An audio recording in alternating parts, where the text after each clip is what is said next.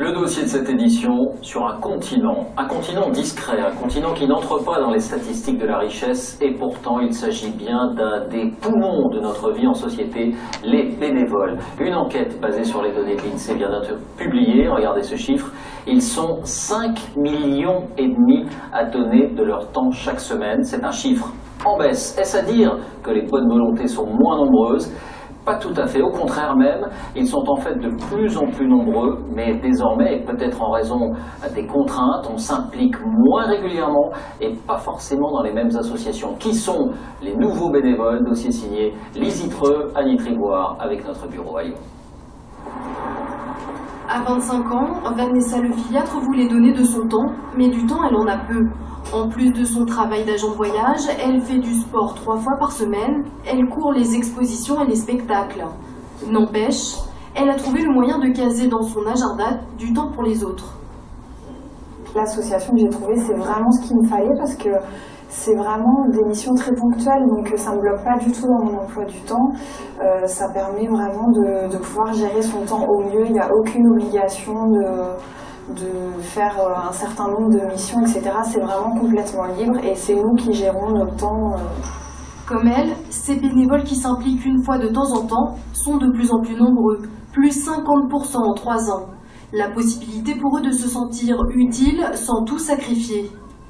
Si c'est pour toutes les 5.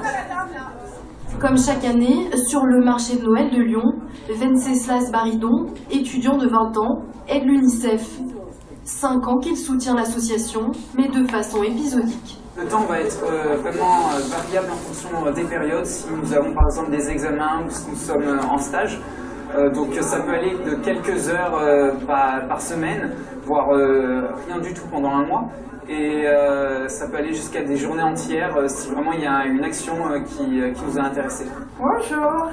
Ce dimanche, après son exposition, Vanessa Lefiliatre va rendre visite à Jacques Mendels, un malvoyant, passionné de musique classique. J'ai un CD que j'ai écouté vendredi, qui est excellent, c'est Rachmaninoff. Pendant 2 heures, elle va l'aider à classer sa collection de CD. C'est d'abord Schumann avec Carnaval pour les pistes 1 à 22. Ah oui. Jacques Mendels prend des notes en braille pour créer des étiquettes qui lui permettront de s'y retrouver. Déjà, c'est des super rencontres, hein, comme on voit. Enfin, Monsieur Mendels, moi, ça fait depuis le mois d'août qu'on se voit, donc ça fait quand même 5 mois. Donc c'est vrai qu'il y a des liens qui se tissent. Voilà, on parle de tout, de rien.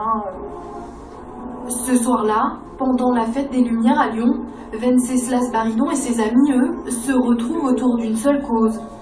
Ils ont organisé un flash mob, une chorégraphie en pleine rue pour défendre les droits de l'enfant. Une manifestation ludique et joyeuse, une forme moderne de bénévolat. C'est toujours sympa de participer à une action comme ça.